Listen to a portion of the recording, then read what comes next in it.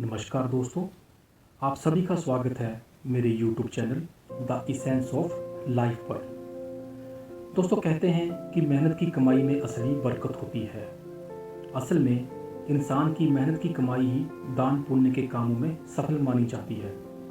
इसलिए दोस्तों, मैं आपको जो कहानी सुनाने जा रहा हूँ उसका शीर्षक है हक हलाल की कमाई। दोस्तों, आपसे अनुरोध है कि इस कहानी को अंत तक जरूर सुनें और सुनने के बाद नीचे दिए गए कमेंट बॉक्स में अपने कमेंट्स जरूर डालें। तो चलिए दोस्तों, मैं अपनी कहानी शुरू करता हूँ। किसी नगर का एक राजा था। उसका नियम था कि वह अपने खजाने में से अपने लिए कुछ भी खर्च नहीं करता था, बल्कि वह अपने हक की कमाई से अपना गुजारा करता था।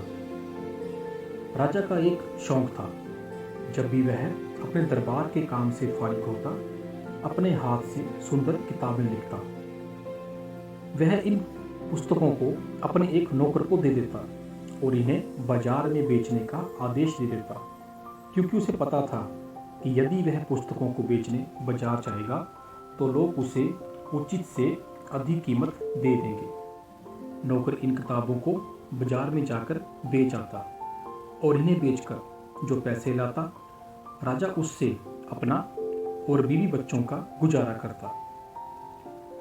राजा का जो नौकर था, उसकी कई महीनों की तनख्वाह राजा की ओर बाकी थी।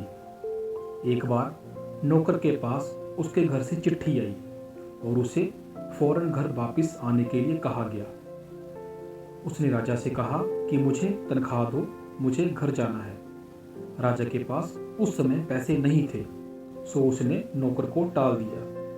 इस तरह कई महीने बीत गए। इतने में कई चिट्ठियां नौकर के घर से आई कि जल्दी घर आओ। आखिर उसने राजा से घर जाने की इजाज़त ले ली।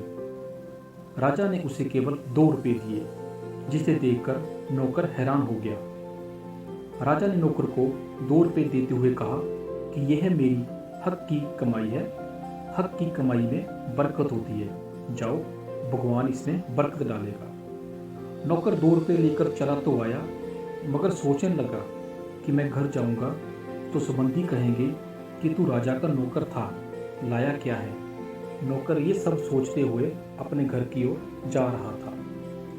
जब वह अपने नगर की तरफ जा रहा था तो रास्ते में उसने एक फलों की दुकान देखी।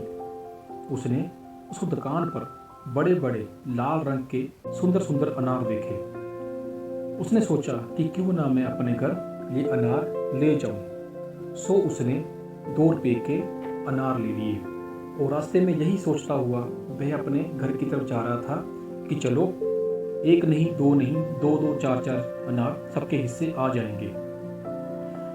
जिस देश में नौकर का नगर था, संयोगवश वहां की रानी अचानक बीमार पड़ गई। बड़े बड़े हकीम और वैद्य बुलाए गए।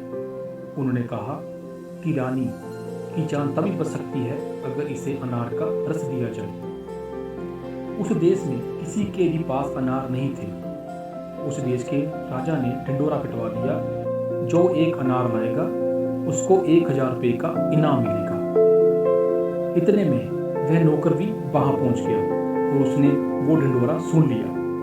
पता लगाया तो मालूम चला कि बात ठीक है। वह राज दरबार में पेश हो गया। राजा ने अनार देखे और बहुत खुश हुआ। नौकर ने कहा, जितने चाहे ले लो। राजा ने जरूरत के मुताबिक अनार ले लिए और नौकर को 1000 रुपये प्रति अनार के हिसाब से दे दिए। फिर राजा ने 2 सिपाही नौकर के साथ में दिए और कहा कि भली भांति इसको इसके घर पहुंचा दो। अब वह 1000 रुपये का मालिक बन गया था। नौकर जब अपने घर पहुंचा तो उसके पास हजारों रुपये देखकर उसके घर वाले बहुत खुश हुए और नौकर भी अंदर ही अंदर प्रसिद्ध मुद्रा में था। तो दोस्तों, हक हलाल की कमाई में बरकत